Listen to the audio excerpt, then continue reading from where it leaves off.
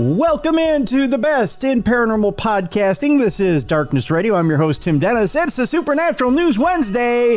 That means only one thing. We got to bring in a co-host. We bring in the co-host with the most, the BCB, the Big Cuddly Bear. He's right over there. And you know what? I thought to myself today, we really should have a theme for this guy. Because if you know anything about his origins, it goes all the way back to the Crusher. And the Crusher had Pop Goes the Weasel. We really should have something like 99 bottles of beer on the wall, but I don't know that it's public domain and if we can play it on the show. But if we did, I would drop the theme in probably right here. And you would hear... And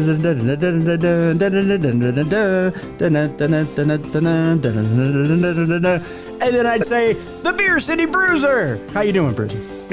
I'm doing great. I don't recommend anyone drinking 99 beers in one sitting. Yeah, it's probably dangerous for you, that's for sure. None of us are Andre the Giant.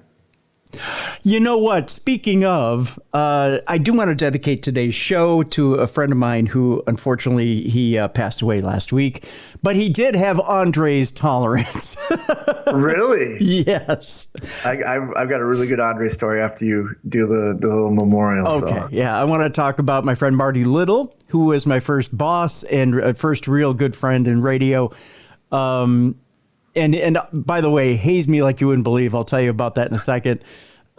He was the sports director and then eventual program director over at WHTL in Whitehall, Wisconsin, which was the first place I ended up working in radio. First real pro job in radio. And Marty was something else. Yeah. Marty had a deal where this is how he would haze you if you were a rookie in radio. Marty at the time now would go anywhere. But when I first met him in the early 90s, he went way over 3 bills, probably anywhere from 365 to 400. Ooh, but big. Yeah, but later in life, lost a lot of that weight because he was sick. But he had an establishment that was owned by a friend of his named Jim called the Peaville Pub. It was in Pleasantville, Wisconsin. And Jim had, let's just say, the run of the place because he owned the place, right? Yeah. So he would shut the place down legally. But of course, if you're cleaning up and whatnot, you tend to stay open a little later than usual, right? Oh, I've had friends like that. Sure. That own bars. Yeah. Sure. As long as you have a broom in your hand, you can drink. That's right. You got it, Bruiser. You nailed it right on the head. So here's what Marty would do. He would take the new guy and he'd say, come on along with me. We're going to call like a baseball game, basketball game, football game, whatever it is. And we had literally what's called a Marty unit, which is a portable transmitter. And Marty, for a big guy, had a very small car. He always drove a compact car. So if you can imagine, big Timmy, big Marty, little car, little Marty unit in the back, no room for anything, right? Right. And you would probably have to drive 30 to 45 miles away to broadcast any game. And he'd say, hey, kid, don't drive. I'm going to drive. I know the way. I'll drive you. You just leave your car at the station. I'll drive you. We'll do the game. I'll drop you back off at the station. You can go home from there. All right. Perfect. Right? Yeah. So that's showing a green kid how it's done. That's right. Showing them how it's done. We set up the Marty unit. We broadcast the game. You know, there's a board out back at the station to help out with that. And then, you know, Marty will drive us back. You have complete faith in your boss, right? Exactly. What could go wrong? Everything. Because here's what happens afterwards. Now, generally, he would do this the night before you had to do, because this is what generally happens when you're a rookie in the radio biz. You either have a night shift or you have an overnight shift. Okay. Now, with that overnight shift, you're doing 5 overnight shifts, and then you generally have to do like a Saturday morning, okay, from 6 a.m. to noon. Or you have to do a Sunday, 6 a.m. to noon. Okay. Reason being is that you're working 6-hour shifts. Right. So you're not going to get away with 30 hours on air. You got to do another 6-hour shift to do your 36 to get you close to 40. And then you have production work or you have some other side job. So really you're working 45 hours a week, you know? Right. So I was a copywriter. So I would write all the commercials and then do production. And then I had my 5 overnight shifts, and then I had at the time, and then I had my Saturday morning shift from 6 to noon. This is a Friday night. Okay. But I didn't have to work Friday nights. Okay. So he said, hey, kid, why don't you come along with me? We'll do the baseball game. Right? Yeah. And then, and I was like, ooh, gosh, I'll miss out on a little sleep, but I'm not going to miss out on doing the baseball game with Marty either.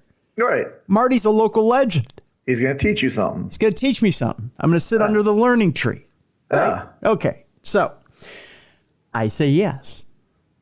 Right? Yeah. Okay. I'm going to bond with the boss. I go with him. We do the baseball game. Everything goes swimmingly. He says, man, you really did a good job out there today, kid. Tell you what, let's go for one drink. I'm like, oh, gee, I don't know, Marty. I got to be up, I got to be up early. He goes, you got to be up early. No big deal. One drink. We'll go to the Peeville pub. It's on me. Okay. Here's what I didn't know. Okay. Yeah. Marty could drink like a camel. Okay. Marty was known for when he was in his cups, he could drink a case of Old Style in one sitting. Okay. I mean, that's pretty impressive. A case, 24 bottles. Yeah. Okay. I've been close to that. I've done that. One sitting and not look like he was inebriated. Yeah. I mean, not even phased, right? Yeah. Now, he had his times where he would just go to the Peeville pub and he'd drink soda. He'd drink Mountain Dew. Right. Because he would hang out there often. That was his spot. He'd go there 5 days a week. He'd eat food. He'd drink Mountain Dew a lot of the times. But when he was in his cups, when it was the weekend, he drank Old Style. Now, I made the assumption that I could go beer for beer, shot for shot with the boss. So I wanted to impress him. Now, there's You're a little... a young whippersnapper during this Oh, time. yeah, I am. Yeah, I'm probably 23 years old, and I was the king of being able to tip a bottle of Jack Daniels and drink it like it was soda, right? Yeah. Okay. Yeah. So there's a game you play to George Thorogood's One Bourbon, One Shot, One Beer. I'm familiar, yes. Okay, so you do the bourbon, shot, beer, right? Yep. Every time he sings it. Every time he sings it, right. Yep. So I figured I'd get Marty. He was going to haze me. I'm going to haze him back, right? Yeah. Oh no, Marty took it like a champ. I didn't. Because he wanted me to keep drinking. That kind of actually ticked him off a little bit that I decided to go one-on-one with the great one, right? Yeah, who's this punk challenging me? That's right. So he thought, oh, well, he wants to go. I'm going to keep him out all night. Oh, yeah. So he kept me out all night. I kept saying, hey, boss, when are we going to go? He goes, oh, we don't have to go anywhere. Jim owns a bar. And Jim's my best friend. So he kept me there until 5:25 in the morning. Oh, okay. And dropped me off at the station at 5:45. I go on at 6. To pick up your car at 12:30 when you get off the air. No, yeah, exactly. So I get to the station at 5:45 and he goes, have a nice shift, Rook. I'll see you at noon when I get on. So he came on at noon. So he went home to sleep. Yeah. He went home to get 6 hours of sleep and come back and do his shift. And of course, he didn't look bright-eyed and bushy-tailed when he came in. Oh, God, no. No, but at least he was functional. And he got you. Oh, boy, did he ever. I still had a buzz when I got on the air at 5:45. Oh, I've done many shifts where I've gotten off the road and have had a buzz. Oh, my gosh. But yeah, he got me. He got me. But that taught me, don't try to go one-on-one with Marty, one. And two, I got his respect that day, though. I did get his respect because not only did I take it like a champ, I only asked him once, and that was at 3:00 in the morning when we were heading home. And he said, oh, we're not going anywhere. Yeah. And I went, oh, what about my shift? He goes, you'll get there. Right? Oh, yeah, yeah. I only asked once, and I didn't whine. I didn't complain. We just kept going. Yep. Oh, yeah, so, I've had nights like that. I've tried numerous times to go one-on-one with Harley Race. Oh, God, God bless Another you. guy who, like you were just saying, could drink a gallon and it wouldn't faze him. Yeah. That was Harley. Didn't faze him. Oh, my gosh. So today's show is dedicated to Marty Little. God bless him. He had a big body, big heart, big soul. God bless you, Marty. I know you're up there in heaven right now at the bar and drinking with some of the greats. And by the way, he not only loved his beer, not only loved his Wisconsin sports with a passion, but he also loved a fine-figured lady as well. So I'm guessing all three of them are available to him up there in heaven. So he's up there with Betty White and Vince Lombardi. Yes, that's exactly it. Yeah. And Jesus. Of course. Yes. And they're all having a cold one. That's for sure. Yep. That's for sure. So there you go. So you had an Andre story.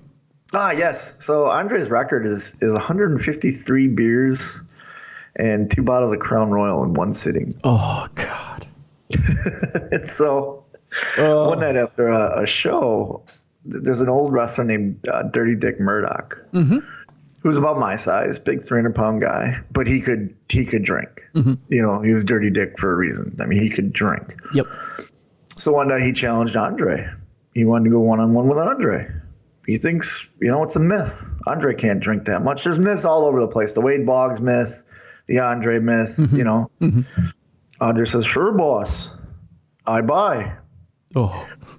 Well, about 7 or 8 hours into it, Andre, Dirty Dick gets the idea, hey, Andre's not faltering. I'm starting to fall off the wagon here. So he hauls back and he slaps Andre as hard as he can, hoping it knocks Andre out. Oh.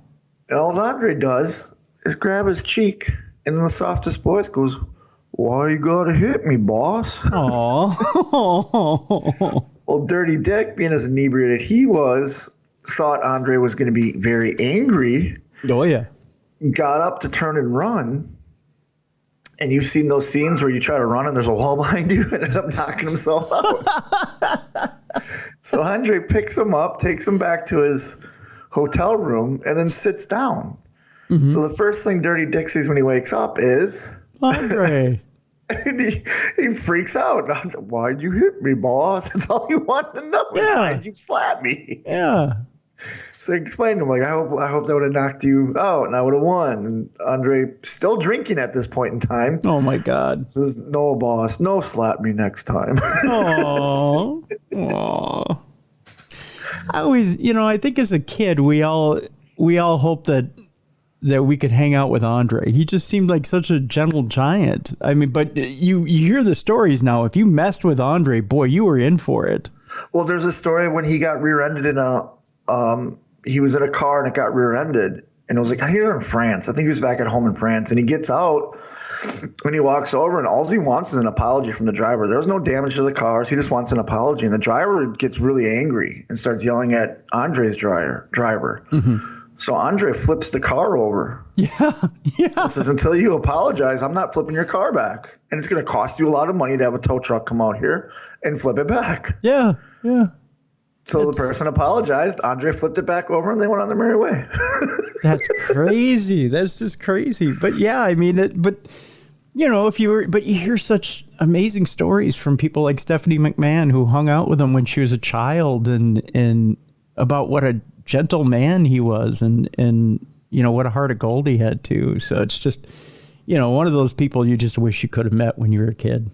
Harley was his driver whenever they're in the shows together. Really? And Harley loved it because that means for rental cars, they usually got the biggest Cadillacs. Oh, yeah. So Andre could fit.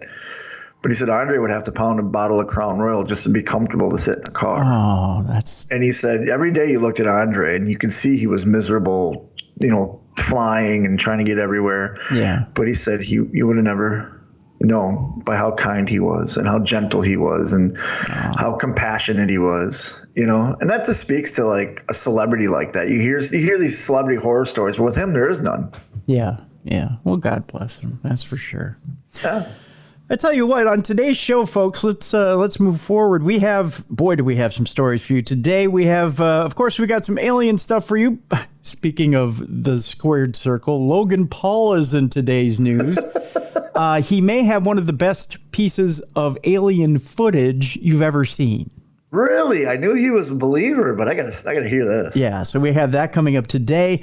Only two AI stories today, but they're interesting ones at that. One of them coming from our listeners. By the way, Jeff, Jose, Tom, thank you very much for sending in your stories. If you have a story for us, or even a Parashare story, send it to us, tim@darknessradio.com. Or if you have a Parashare story and you want to give it to us in audio form, go to darknessradioshow.com. Hit that button on the right-hand side, that blue button.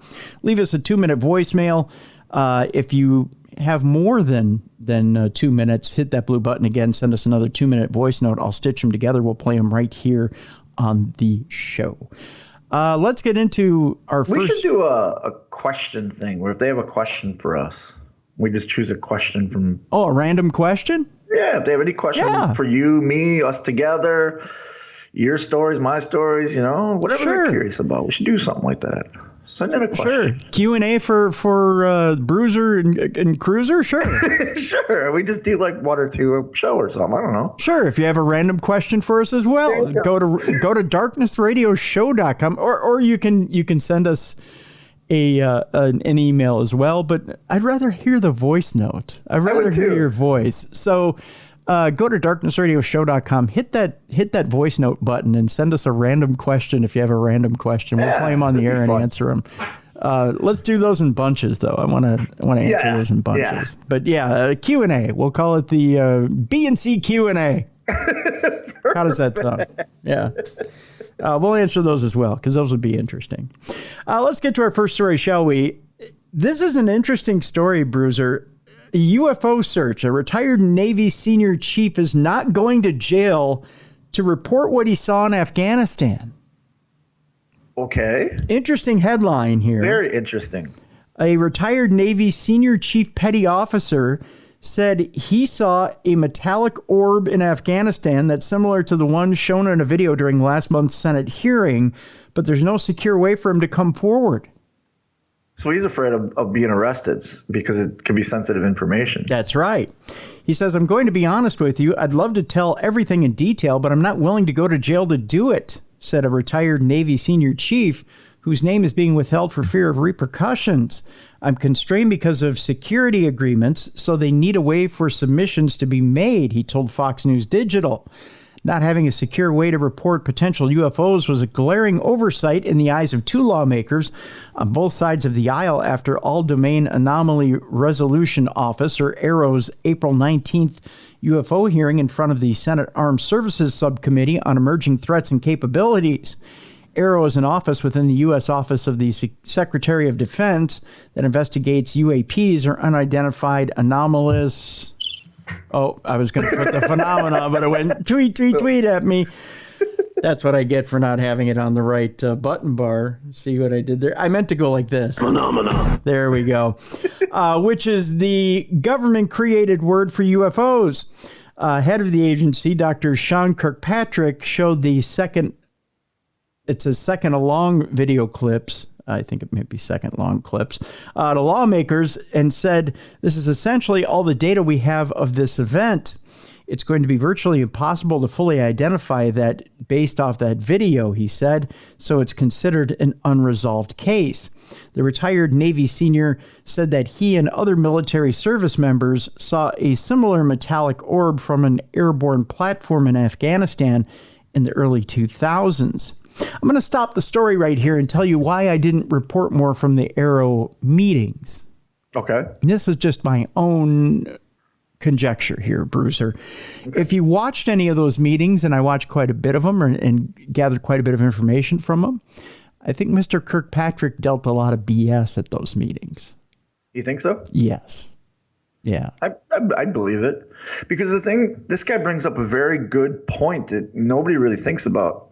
How many of those top secret classified teams, SEAL teams, SEAL Team 6, whatever, Rangers, CIA, Navy pilots, go on these top secret missions and something extraterrestrial happens, they report back, obviously, to whoever's in charge.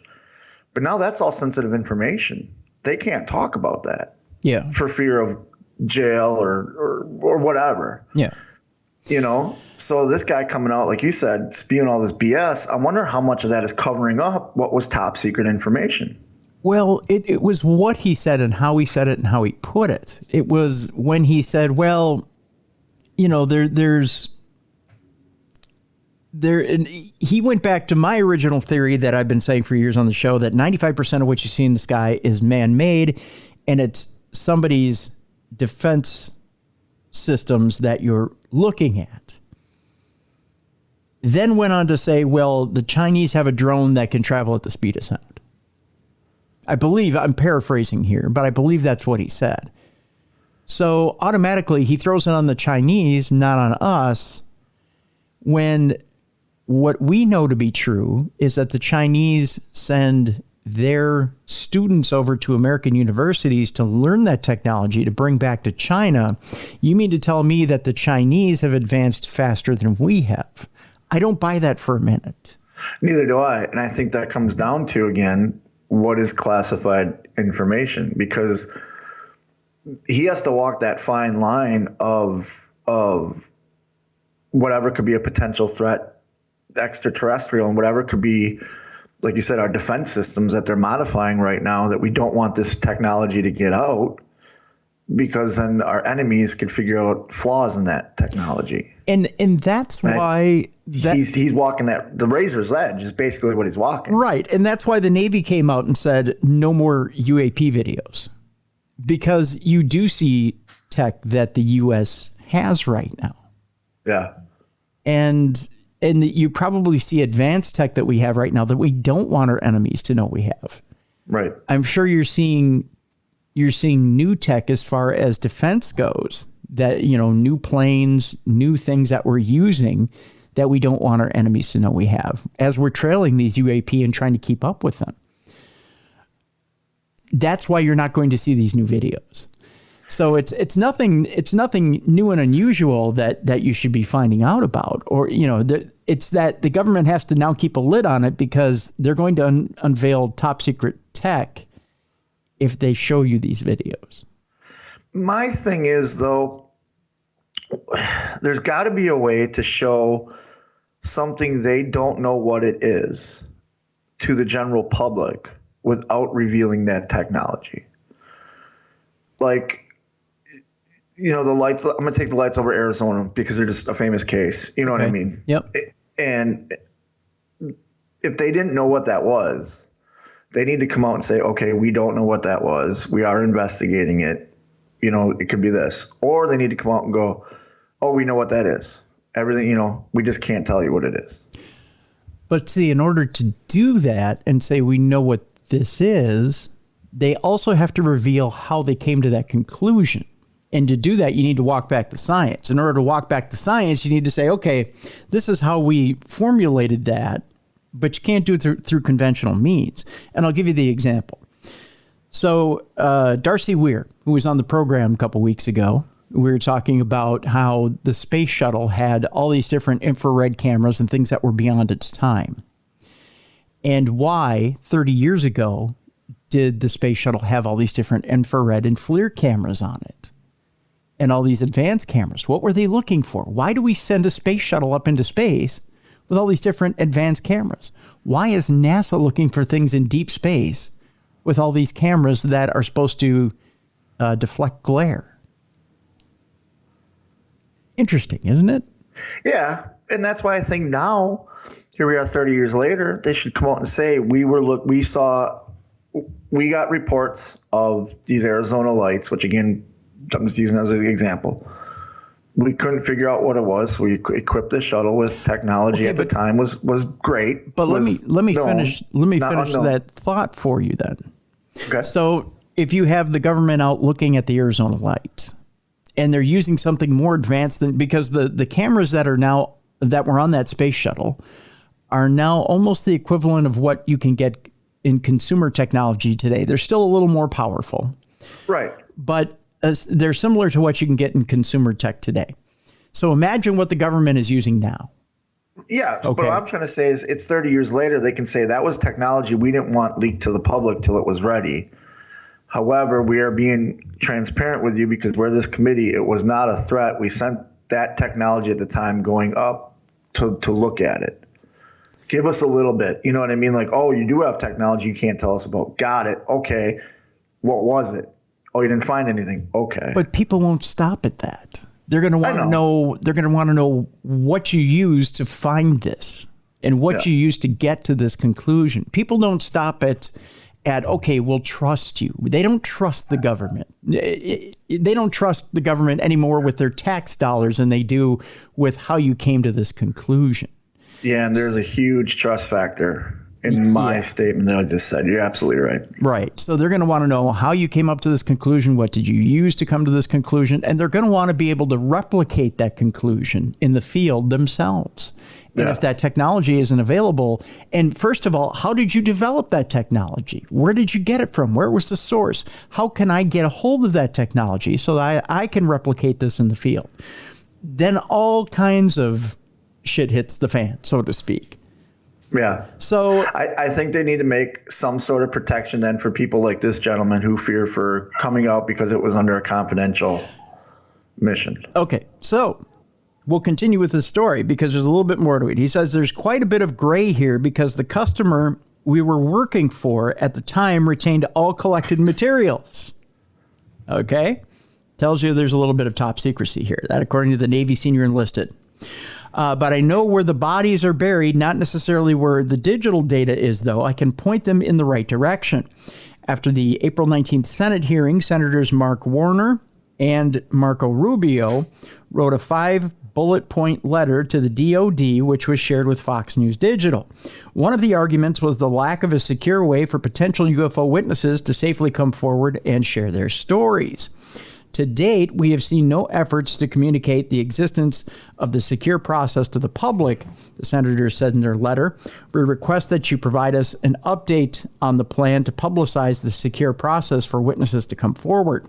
Rubio told Fox News Digital in an emailed statement through a spokesperson that Americans are understandably concerned about objects in the country's airspace and near facilities. What's worse, our government spent too many years ignoring or downplaying the threat, Rubio said. Thankfully, that is beginning to change, but as we saw earlier this year, the defense and intelligence communities are still struggling. The Florida senator referring to the Chinese space balloon and 3 other UAPs that the Biden administration shot down in February. Like we said, that was more of a show than anything else. Yeah. Senior Pentagon leaders said publicly that 2 of the UAP were almost certainly not balloons, but Congress has not been provided with the rationale or sensor data to support this unprecedented action. He said, in this instance, we shot down multiple UAP, and it's not clear to this day we know with confidence what they were. He said that not only is the American public lacking information, but lawmakers tasked with congressional oversight are being denied critical information. We stood up to the Aero Office to address just such an instance to rapidly aggregate and analyze the data and apply scientific process. We need the Biden administration to fully empower the Aero Office and comply with the guidance set out in the fiscal year 23 NDAA. Fiscal year 23 NDAA stands for Fiscal Year 2023 National Defense Authorization Act, which includes clauses about establishing secure pathways for witnesses and whistleblowers to come forward with their stories. The retired Navy senior chief said that what the senators are asking for is likely what I would need to submit. That's that story there. Okay. So there you go. I understand why they're not reporting on stuff they've shot down, because can you imagine if they come out and say, oh, yeah, we shot down a UFO over St. Paul, but when we recover the wreckage, there was nothing in it. So what? Whatever was in it is now among, you know what I mean? Like that would cause so much panic. Right. It's unmanned. Yeah. Yeah. Yeah. Or it might be unmanned, or it was manned, and now whatever manned it is gone. Right.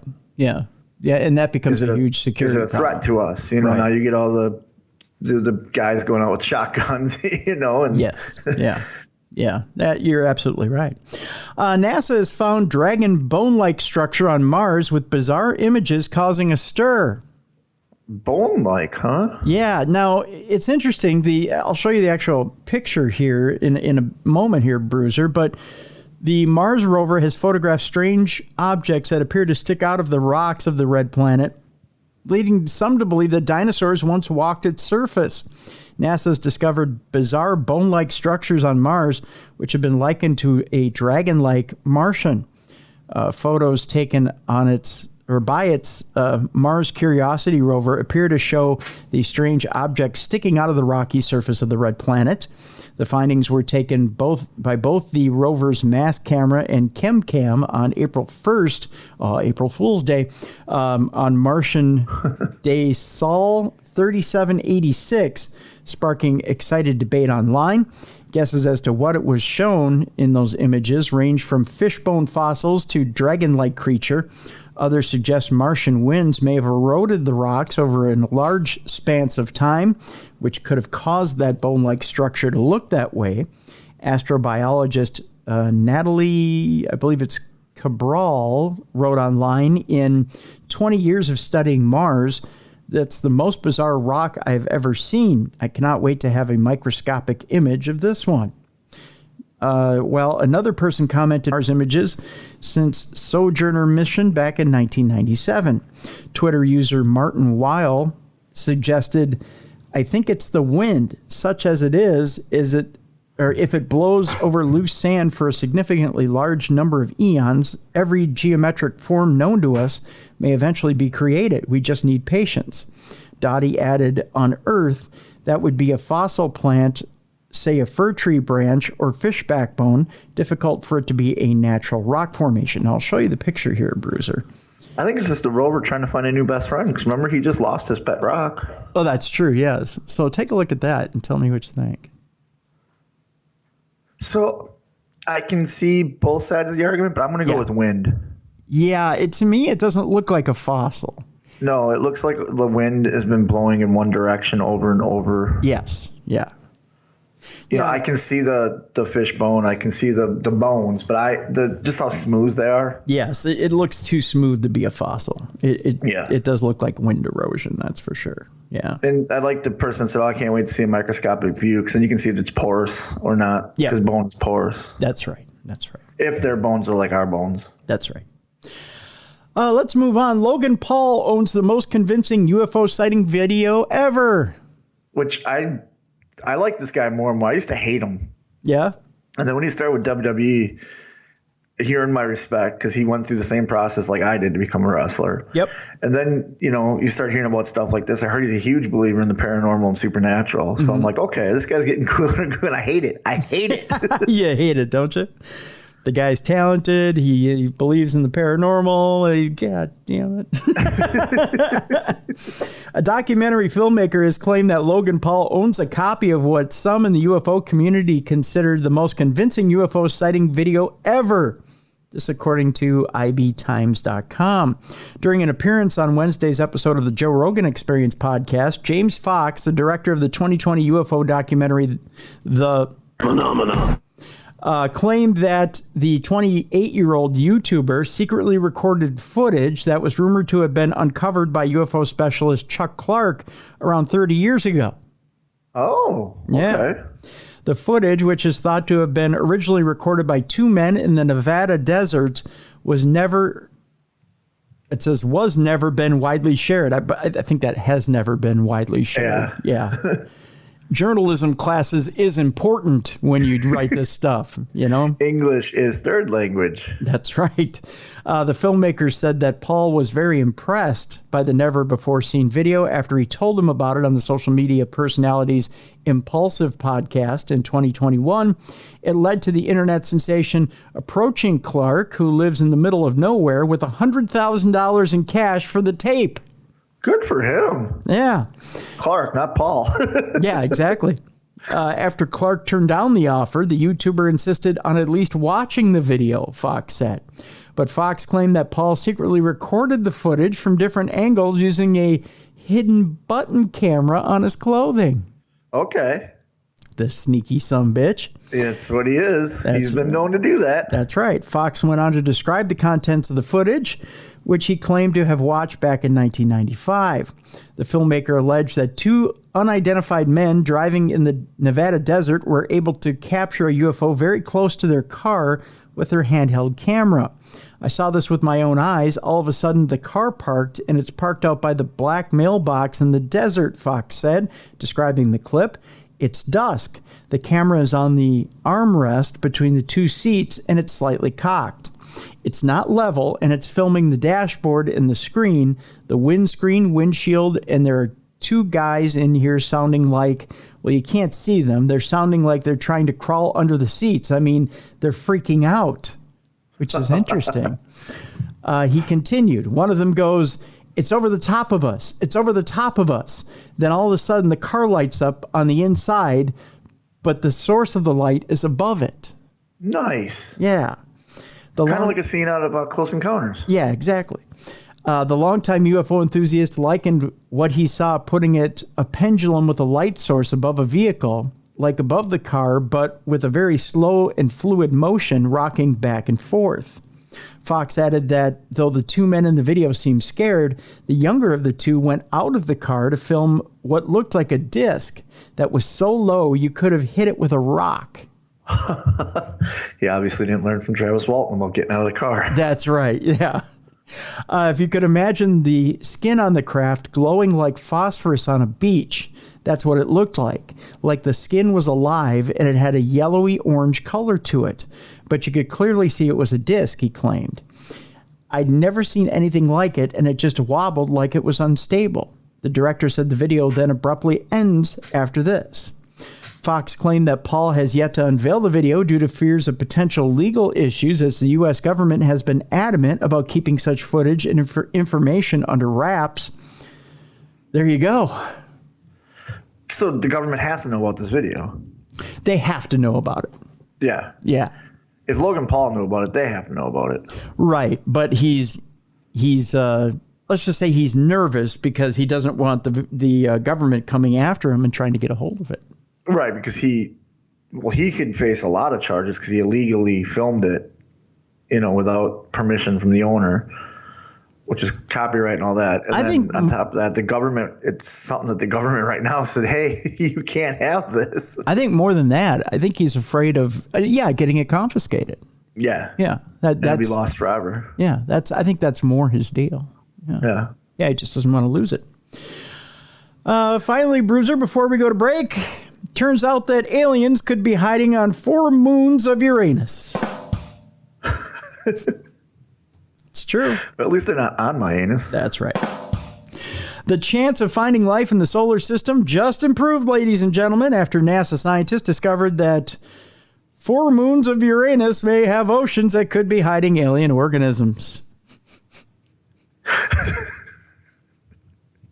If I'm an alien, I'm going to hang on Uranus's ocean. Experts at NASA's Jet Propulsion Laboratory have re-examined data captured by the space agency's Voyager 2 spacecraft, which made several flybys of the planet in 1986. Gosh, that long ago already.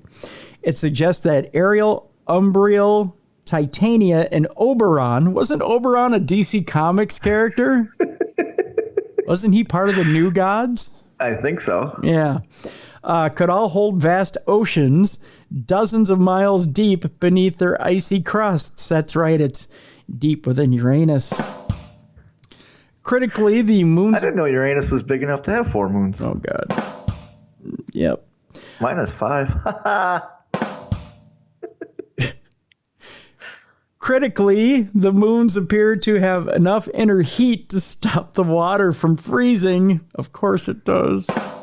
Doesn't everybody's? Giving hope that alien life could be thriving 1.7 billion miles from Earth. The oceans also appear to contain salts and ammonia, which would act as an antifreeze, helping to keep the liquid in a watery state. So we gotta look for aliens coming out of Uranus, huh? Yep.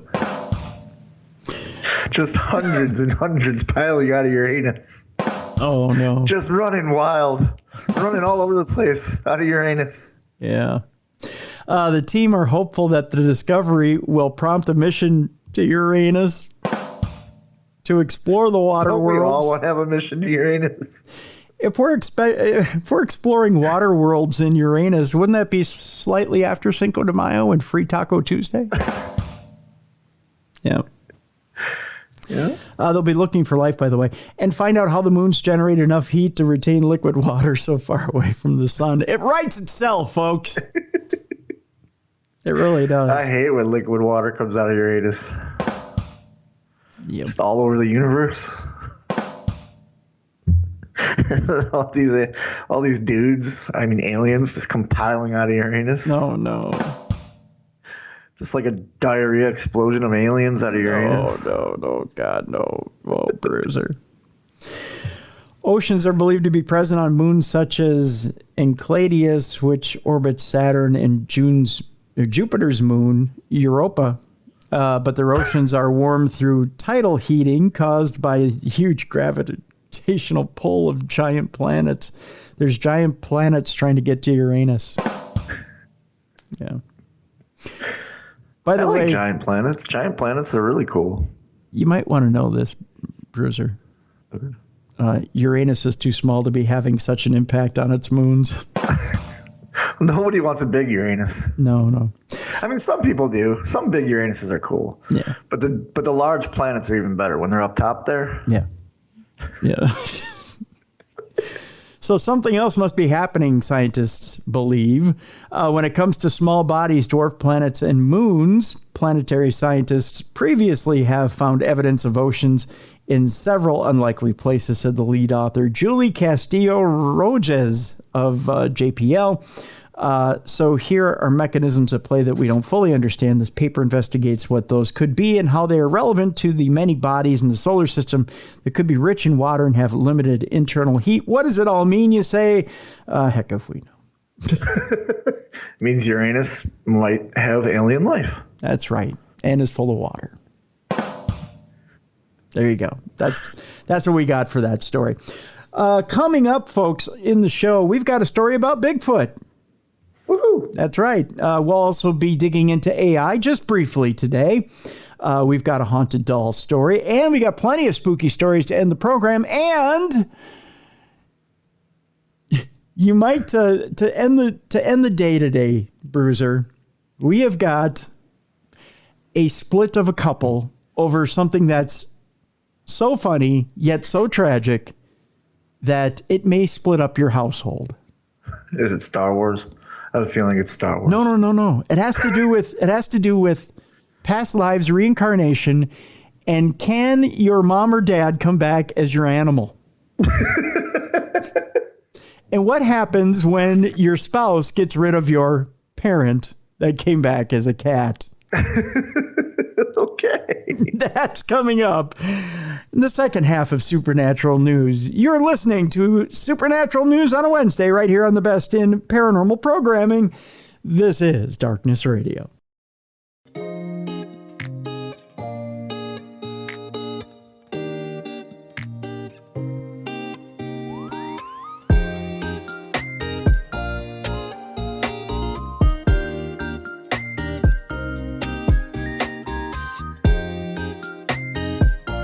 Welcome back to the best in paranormal programming. This is Darkness Radio on a Wednesday. It's the Cruiser and The Bruiser right here, taking you out live to a brand new set of rock tunes. We'll call it Van Halen Boston. We got a little bit of the Rolling Stones, and of course, we got a Bigfoot story. Gotta love the Bigfoot stories. Which reminds me, have you seen the new Jack Link's commercial? No. So it's my favorite on TV right now. Mrs. Bruiser does not like it at all, but I do, and I think you'd appreciate it. Really? So it's a young man getting up to a urinal in a stadium, and he pulls out his Jack Links. Why he's eating Jack Links while he's taking a leak, I don't know. I don't know. That seems confusing, but sure, go ahead. But he eats one of them, and all of a sudden Sasquatch just emerges from his back because he's letting the wild out. And then the Sasquatch proceeds to two-hand his genital area, and a fire hose of urine goes shooting across the room and hits the urinal. It made me think, how big of a hog does Bigfoot have for these two hands? And why is he shooting like a fire hose? Somebody get a proctologist to Bigfoot now. He needs to get checked out. Wow. If you look it up. You got to look. It's my favorite commercial right now. I'm going to. That might surpass my new favorite commercial, which I don't know why, but I'm so in love with Limu, Emu, and Doug. Yes, of the Liberty Mutual commercials. Have you seen the new one with little Limu, Emu, and little Doug? Yes, I have. Where they drive off, but they're driving over everything. Yep. And he waves goodbye to Papa. Yep. And then at the end, little Doug sings, nibbity, nibbity, nibbity, nibbity. And I just go, aw. Well, this will make you go, aw. This will make you just... This one will make me grab my genitals in fear. It's just the way, because like when you're watching it happen, you're like, okay. And then when Bigfoot goes, like, it's a fire hose, and he's holding it like a fire hose. And I'm like, how big do they think Sasquatch is? Wow. And it's going like it knocks the other urinal off the wall. That's how much pressure there is. So if you're squatch hunting in the wild, just don't catch them whizzing? Exactly. That could peel paint off a wall. Well, knock the urinal off the wall. Wow. Imagine what it could do to us. We're just standing there. I guess. One day you and I are just standing next to each other. You hear, all of a sudden you just hear oh, and I just go flying backwards because a big, huge stream of urine hits me. Wow. You're like, huh? Well, imagine if you can get washed out by squatch urine, you could probably get flushed out by a mountain of squatch crap. I mean, he builds mountains of squatch crap. I think the creators of that commercial took, if you have big feet, you know what that means, a little too seriously. I guess, right? Yeah. Oh. Well, creative. It's on YouTube for everybody out there. Just look up Jack Links. The screenshot is a gentleman standing at a urinal holding a thing in Jack Links. Just click on that, and it's only like 15 seconds. Enjoy. I will. Wow. Well, there's a Bigfoot researcher out there that wants answers from the government about newly undiscovered documents. Evidently, there's new undiscovered documents about Bigfoot out there, unlike the commercial. I think there's nothing left undiscovered there. So are cryptids covered under that committee they formed, or is that just UAPs and UFOs? I think that's just UAPs and UFOs. So we still don't have a part of the government that officially recognizes cryptids, do we? I'm not sure. That's a good question. It's a good question. It says here, not sure why she needed a Freedom of Information Act for some of these, but here they are. Though we love stories of Bigfoot and have many reasons to believe that officials know more about the creature than they are letting on, it doesn't mean that every mention of Bigfoot made by the government is the tip of the iceberg of conspiracy. Sometimes people in the government talk about Bigfoot for the same reason the rest of us do. It's interesting. In the video, a Bigfoot researcher shares the result of what she claims was a Freedom of Information Act request for information pertaining to Bigfoot and Sasquatch. But when you look at what she's discussing, is it really all that revelatory? Her first piece of evidence is an image of a badge or seal of some sort from the Washington Department of Fish and Wildlife, which shows a sketch of a Bigfoot alongside some other flora and fauna. Though we were unable to find a source for this badge or seal, it's possible that it's nothing more than a novelty or even an inside joke from someone in the department, as in a recent Pentagon logo incident. And even if it's something that the department briefly put forth, that doesn't make it an admission of Bigfoot's existence, no more than the fact that the Western Air Defense Sector Washington National Guard chose Bigfoot as their mascot and put it on their seal, a fact she also finds very suspicious. I don't know. I think she's reading into it there. I think so. That's a tongue-in-cheek thing for the seal. Probably like a lot of fighter squadrons have a mascot. Yeah. Yeah, I think it's kind of that deal. Similarly, she makes a big deal about an article on environmental concerns surrounding Sasquatch's habitat. Originally posted as an April Fool's joke, but now in existence on the website without the April Fool's marker.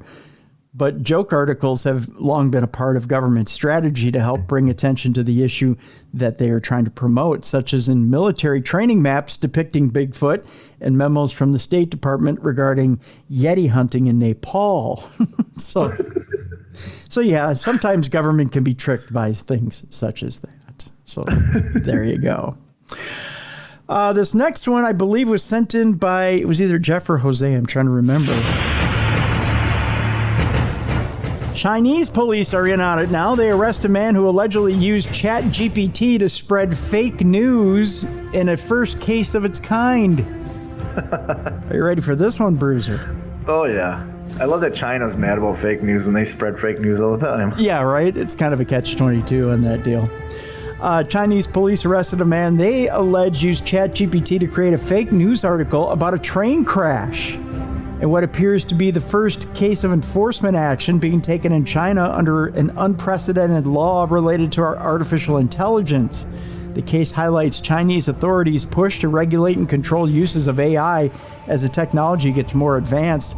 Police in Gansu province in northwest China detained a man surnamed Hong, who they said allegedly fabricated a news story regarding a train crash that caused 9 deaths. The authorities found that more than 20 accounts had posted this article on a blogging platform owned by Chinese search giant Baidu, and they garnered more than 15,000 views. Hong allegedly used ChatGPT to create several or slightly different versions of the fake news article to pass duplication checks on the Baidu-owned platform. ChatGPT, created by U.S. firm OpenAI, is an example of a chatbot based on generative AI technology, which allows software to generate responses based on user prompts and questions. Or, for example, users can ask ChatGPT to come up with a story based on specific instructions. The Gansu police authorities arrested Hong under the first of its law governing deep synthesis technologies, which China introduced this year. Deep synthesis technologies refer to AI being used to generate text, images, video, or other media. The law states that deep synthesis services cannot be used to disseminate fake news. China drafted the law as ChatGPT was taking off and going viral. As authorities look to get ahead of the technology, China's internet is heavily censored and controlled, by the way. Beijing has sought to introduce laws governing new technologies, which could present concerns to the central government. ChatGPT, by the way, is blocked in China, but can be accessed with the use of a VPN or virtual private network, a software that can help bypass the country's internet restrictions. Yeah, they're taking it seriously over there. They know this is the end of the world. That's right. They also know it could probably bring down the country if it wanted to. Oh, especially with fake news over there? Yeah. If they can't, that's why they control the news. Them and Korea is the other one, North Korea, right? They control the news. That's right. And what goes out and what comes in, yeah. That's right. Also, it was either Jeff or Jose, I don't remember which one is which, that gave us this story because you guys love to hear the AI, I guess. They just don't like us sleeping at night. That's what it is. This is also proof that AI doesn't want you to live, at least not while you're driving your car. Tourists following GPS directions drive straight into a harbor, Bruiser. I saw this story. Yes. Yeah. Have you seen the video of the woman? No, I haven't. No. There's a woman that she's in a minivan. She's looking at somebody in the camera going, "It told me to go here." The bizarre mishap occurred when the driver blindly followed GPS directions down a boat ramp and right into the water. I think you have to look up from the GPS. That's the key here. This is like totally a scene from The Office. It really is, yeah. Michael, while you're turning right, it says turn right here. Michael, you can't turn right. It says turn right here. There's a lake in front of us. It says to turn right here. It is not unusual for a car satellite navigation system to offer questionable directions, but some degree of common sense should be applied when deciding whether or not to actually follow them. Common sense, however, seemed to be missing entirely from this particular scenario, which saw two tourists drive straight down a boat ramp and into a harbor in Kailua Kona, Hawaii recently.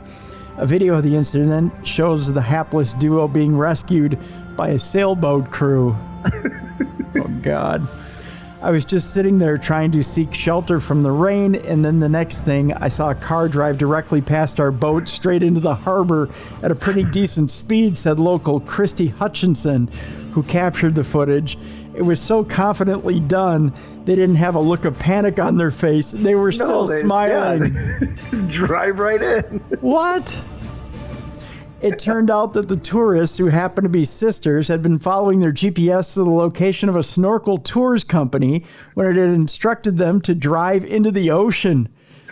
For reasons known only to them, they happily obeyed and plunged the car into the water. These are the people that are going to have their skulls smashed by AI.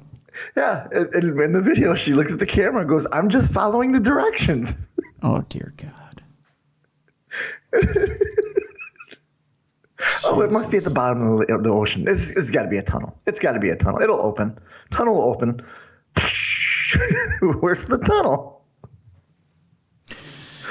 I like how he said, the person said in the description, they confidently drove into the ocean. They did. They confidently drove right into the harbor. It's those people that have like 5-10 kids.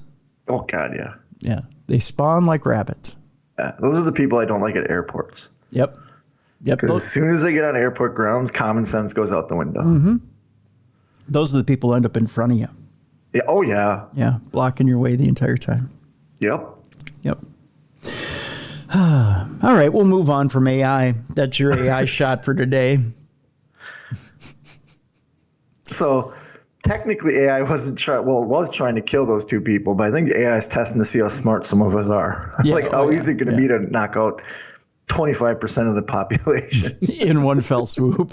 Yeah, we just tell them to drive into a water. They'll do it. All right. Turn here. Your destination is here, but it's water. Just turn here. Turn here now. Do you believe me? Do you love me? There's an AI out there. Its whole job is person idiot. Check mark. Person idiot. Check mark. Person idiot. Check mark. Got him.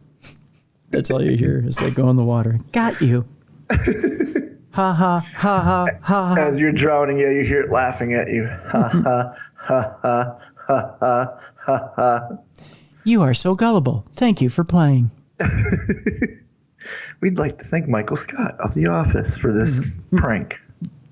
This was so great. Thank you for playing.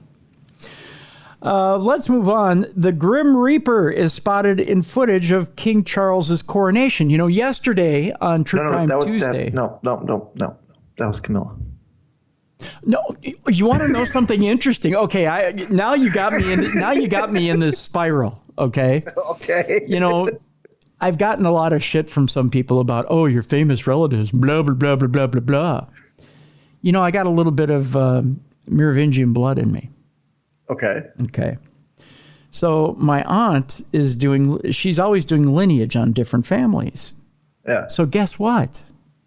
Guess who's related to Camilla, the queen consort, on both sides of my father's family? Really? This kid right here. So guess Wait, both sides? Both sides. Like your mother and your father's side? No. On my dad's side, on both my there's a. I was going to say, wait a minute. How can you have both sides of the family? I know. Well, there's a little bit of a. Your family tree not have as many branches as some people's other trees. It doesn't fork in certain areas. But yeah, on both the Dennis and Trombley side, they're related to Queen Camilla, the queen consort there. So yeah. So sleep over at the castle. Who's coming? That's all right. They're in bed by 4. Well, that's true. They're not as young as they used to be. Although, wasn't it Camilla that said that Charles had the the body of a fox or something like that? He had something weird. Yeah, it was. Yeah, she had. They have some weird kinky stuff going on when they were younger. Oh yeah, but they still have that weird kinky stuff. Come on. What was it? Charles had the body of a fox. Camilla had the face of a horse. Something like that. I don't remember what it was. Anyways, this kid over here related to the queen consort. So, looking forward to a family reunion coming this summer. The picture you're talking about wasn't Grim Reaper. It was Camilla. Oh, come on now. She's not. She's a fine looking dame. I don't know what that. Was she missing a front tooth? No. I asked Mrs. Bruiser that. She goes, "You really think they'd let a queen go out there with a missing front tooth?" I go, "But if you watch the coronation, when they come out on the balcony to wave, the 6,000 times they do that, and she's smiling and waving, either she didn't get all the lipstick off her teeth, or she's missing a front tooth." Yeah, Charles knocked one out before they went out there. Come on. No, I don't think she was missing a tooth. Go back and look. And then it's weird shadowing that I was watching on NBC is what I was watching. I'll have to go look. I was watching on NBC. So if you can get the NBC feed, it looks like she's missing a front tooth. I don't think she's missing a tooth. Come on, Brutus. She's missing a tooth. Yeah, it's those bare knuckle fights they have there at the Jesus. Missing a tooth. Hey, first real Fight Club. The Skull and Bones Boxing Club there at the. Then they need to stop letting her do her own makeup. She got makeup all over her dead tooth. I don't think she. That's a half one. You get a half one for that. I can't be the only one that saw it and thought it. I can't be. Go back and look. It looks like she's a dead tooth or a missing tooth. A dead tooth. Well, we'll go back and look at people. Check your video. I'm sure a lot of you videoed the coronation. I'll go check my video. I know It's when they do the stupid waves and they look at each other and look back, and then she looks at her pages, which are explaining are related to her and all that. And I'm like, okay. And then she looks back. I'm like, and I kept trying to get like that perfect shot. They never give you a perfect shot of her. And she comes up with the toothless grin, and then you hear the banjos. That's probably the Dennis and Trombley side of her, I'm sure. That's the part that doesn't fork. Okay. Yeah, that's the part that doesn't fork. That's the butter knife part of the family. That's right. The butter knife part.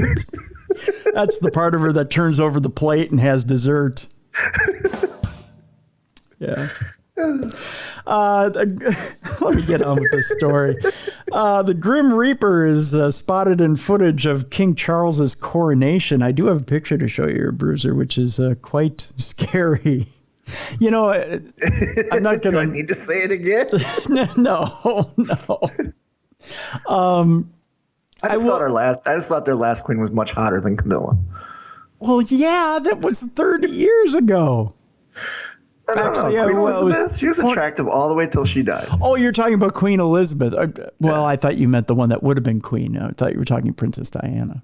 Oh, no, yeah. Well, yeah, of course. She wins. But yeah, Queen Elizabeth, I mean. Speaking of, there is a little bit of cattiness on one of the princesses. Was it Catherine? William's wife? Might have been. She wore something that was in tribute to Princess Diana. Oh yeah. And then you're talking when the working royal family come out. She was wearing like a pin or something, wasn't she? Yes, yeah, and she was wearing it in tribute to Diana. And then back at home in California, it was Meghan Markle who was wearing. She was wearing some stuff in tribute to Diana. So there was a little bit of an uprising there. Because Harry was there, but he didn't make a public appearance, correct? No, Harry was there, and he was there for the coronation, but left shortly after father was officially coronated. Yeah, because he's not an official working royal. No, that's not why. Because his son's birthday was the same day. And later on, King Charles made a toast to his grandson, but he also said something catty, and he said, I don't know wherever he is, or whatever the quote was. When he made the toast, he said, to my grandson on his birthday, wherever he is. In other words, he was invited to the shindig, but we don't know why he didn't show up. Gee, I don't know. You guys are dicks to his mom. Yeah.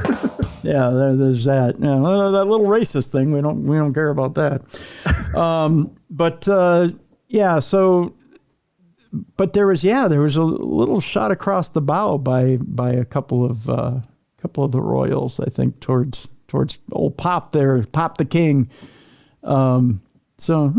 It's slowly falling apart over there. It is, I think. Yeah. Yeah, they're hoping he can contain the monarchy is what they're saying. Because I guess there was a few years back where they didn't have a monarchy. They had a republic. And it was like nothing but like war all the time within city. So then they brought the monarchy back.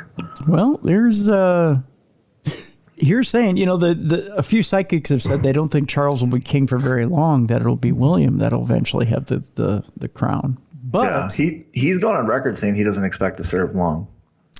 Well, if the Grim Reaper was at the coronation, I don't think that. I think that might be a sign. Yeah. There's a clip showing a dark hooded figure in Westminster Abbey, and that's been generating some lively debate on social media as millions of people from all around the world tuned in to view the historic crowning of King Charles III this past weekend. Some spotted someone altogether unexpected sulking in the background during one particular shot of the interior of Westminster Abbey. It's an impressive shot. It's an overhead shot of the entire congregation. Okay. And it's a shot from behind King Charles. And then the figure is in the back of the church and right at the doorway. Okay. And boy, oh boy, will it freak you out.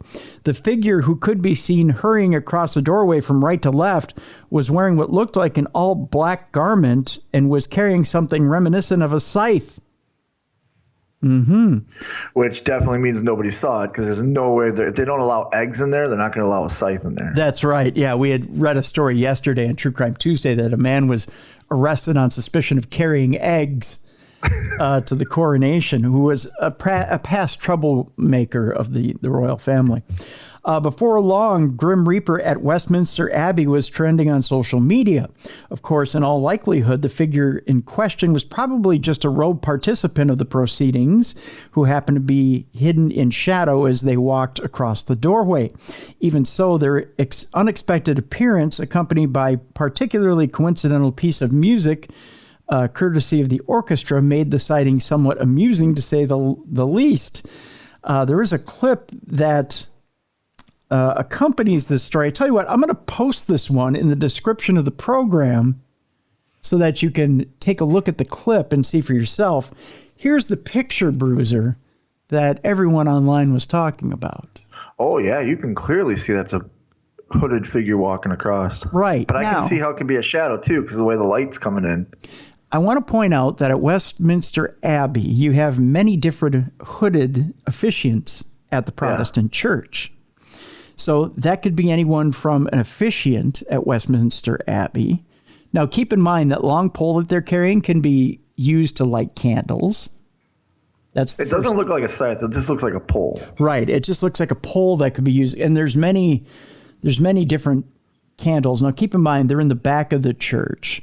Because that's Catholic, correct? No, Protestant. It's Protestant. Okay. Yeah, it's a Protestant church.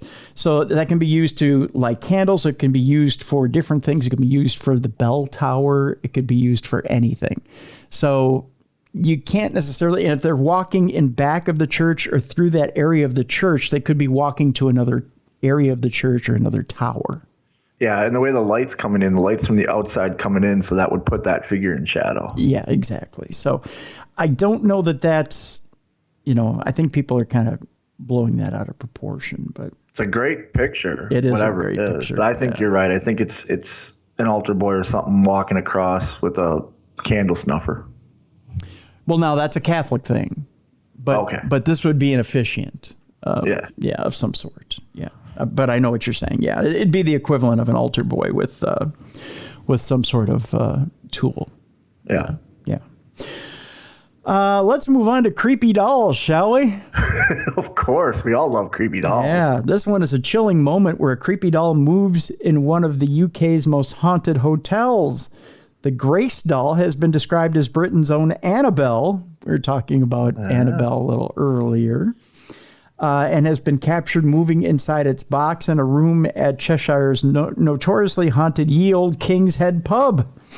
Good old Ye Olde King's Head. Yes, yeah. That's been on a couple of our stories. Yeah. Creepy footage shows the moment a doll appears to move on its own accord in one of Britain's most haunted hotels. CCTV captures the spine-tingling movement of a doll dubbed the UK's very own Annabelle, as it's kept in a locked box in a room at Chester's Ye Olde King's Head. The 17th Century Inn is rife with stories and sightings of ghosts, and even is featured on Most Haunted with Yvette Fielding. Paranormal enthusiasts travel from worldwide to visit the pub, which also houses a collection of allegedly cursed and haunted items donated over the years. Ah, well, that was nice of those people. Yeah, it just makes you feel all nice and warm and at home when you walk into the place. The Grace doll is kept chained into the box, according to resident paranormal investigator Danny Moss, to avoid curious prying hands and eyes. Who would want to pick the thing up and play with it? There's people out there that are crazy, man. That's why Annabelle's in a box. It's locked away in the Warrens' house, you know? Right. Danny explained that some visitors had previously felt compelled to open the box as though something were willing them to do it. The toy is said to be haunted. The toy said to be so haunted that only seasoned paranormal investigators can enter the room in which it resides. It's now under 24/7 surveillance, and eerie video footage taken last month has been shared with the world. I've been investigating the item for the last 5 years, Mr. Moss told Cheshire Live. I've seen it produce some of the best evidence in the paranormal field, but to now capture it moving on camera is a special moment. There will always be skepticism when it comes to the paranormal, and rightly so, but when you capture something like this, people have to come to terms with the possibility that there are really things out there that we cannot understand. The way the item moves defies gravity, and that's what makes this footage so compelling. It's important to note that the room is locked and the public do not have access upstairs during the day. Since the item moved, it has remained in this position ever since. My haunted hotel truly is the #1 location in the UK for paranormal enthusiasts, he went on to say. Danny said the doll was moved to room 8 at the hotel, and also known as My Haunted Hotel, in January this year from its previous home at nearby Tatton Old Hall, Cheshire. The doll made national headlines in 2019 when it was said to have told Danny it wanted to burn his eyes. Oh. Yeah, that's... Not a good doll. No, not a nice doll.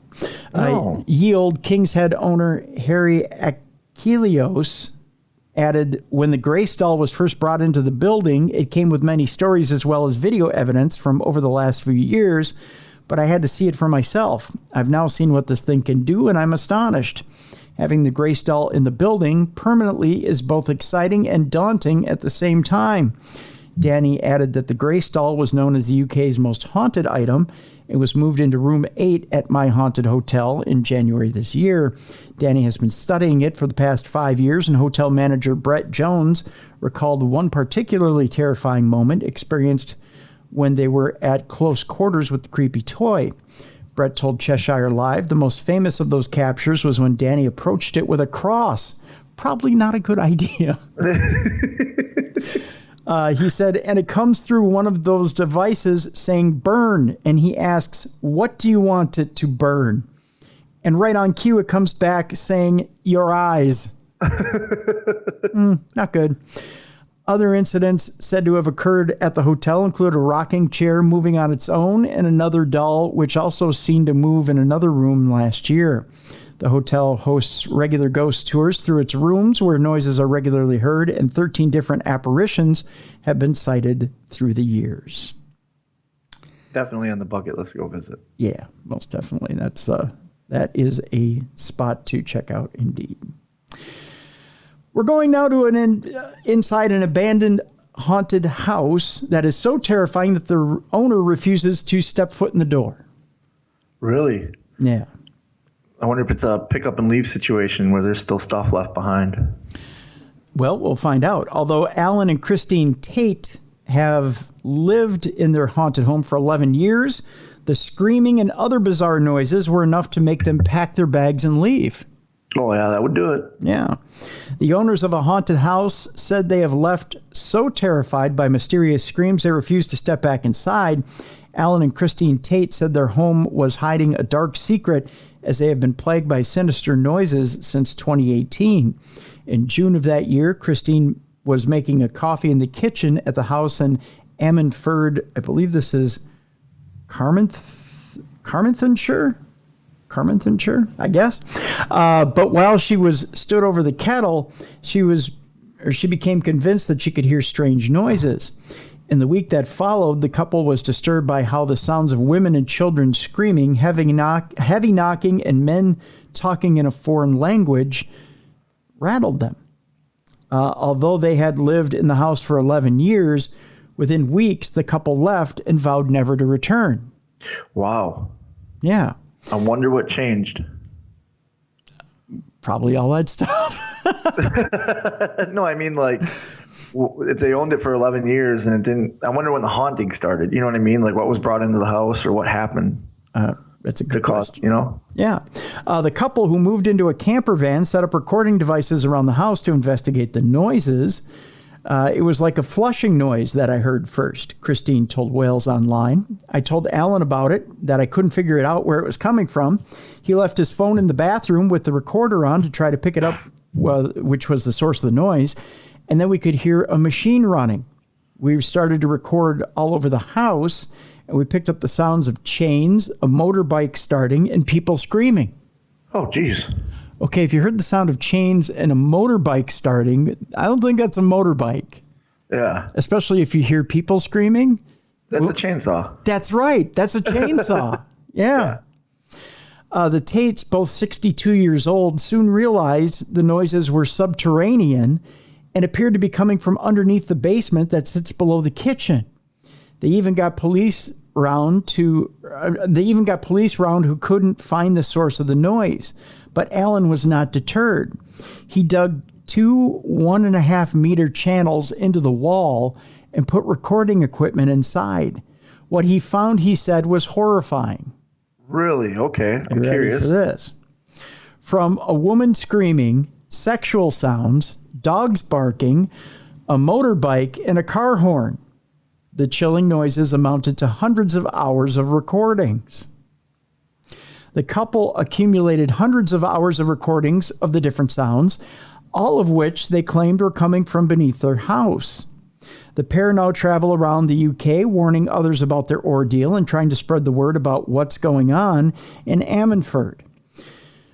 Hundreds of people have been in touch with us and agreed that this needs to be properly looked at, said Alan. All I really want is an explanation. Why are there people screaming? There must be something going on. We've placed microphones all over the place because we wanted to prove or disprove what we were hearing. Were there noises coming from the main road? Were they coming from a park? We put Why would they be coming from a park? They're coming from inside your house. Well, it could be coming through the ground.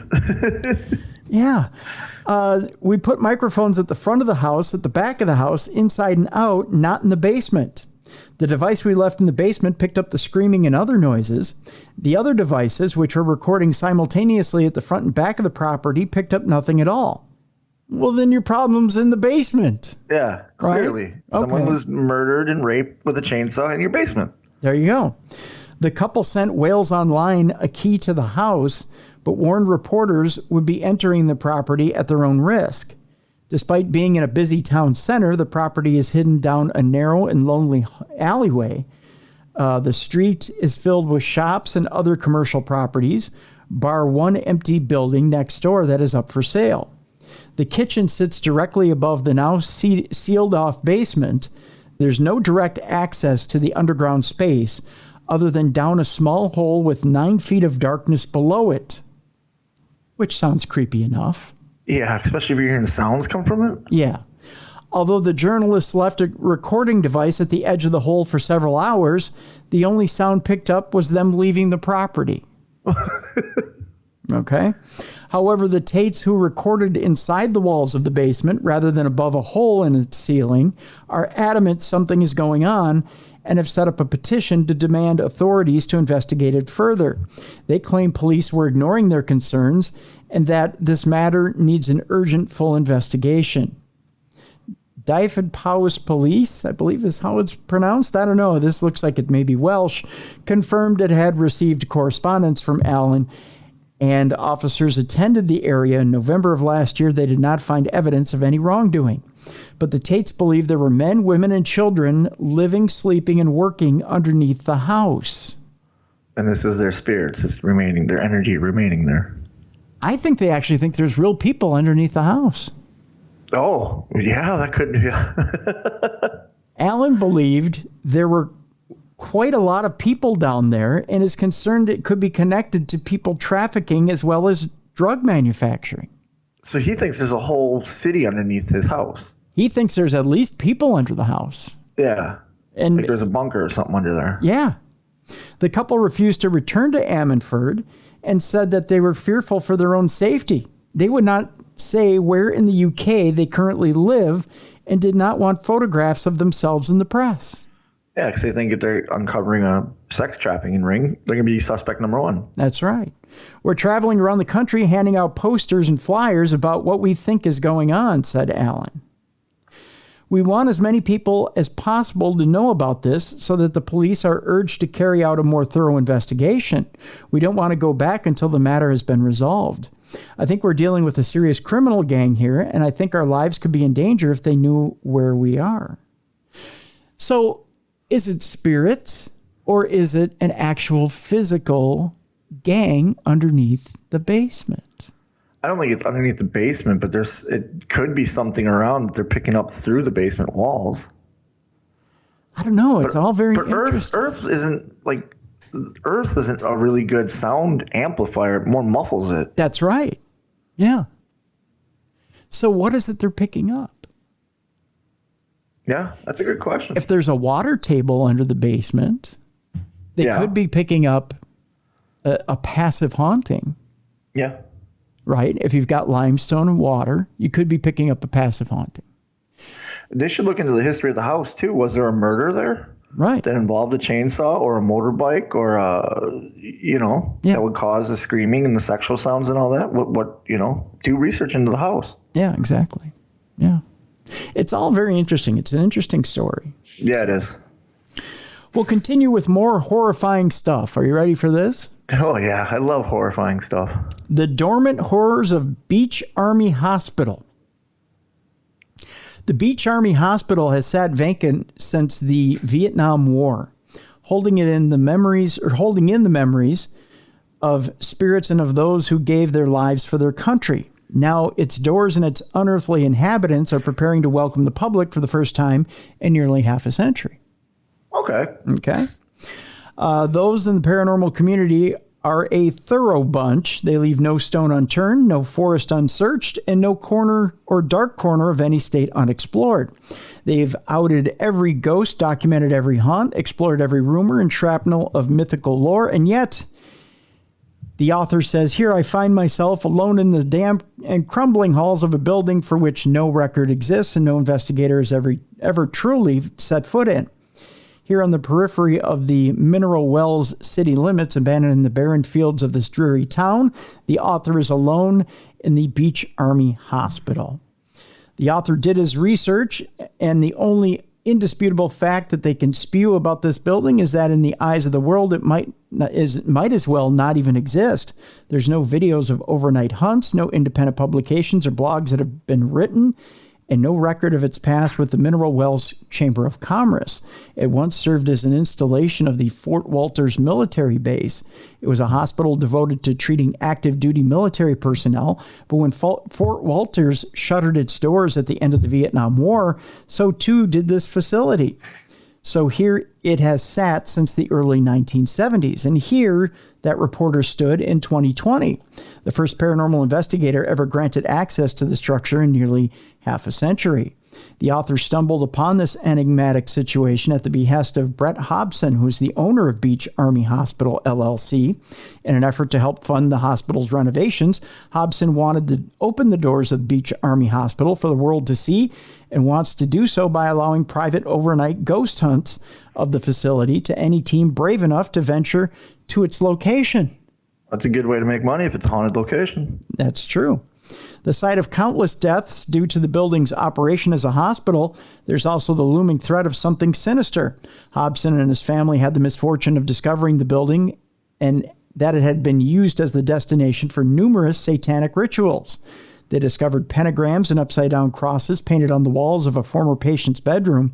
According to Hobson, the energy inside the room was so strong that the family dog nearly jumped out of the second-story window when brought in here. Yeah.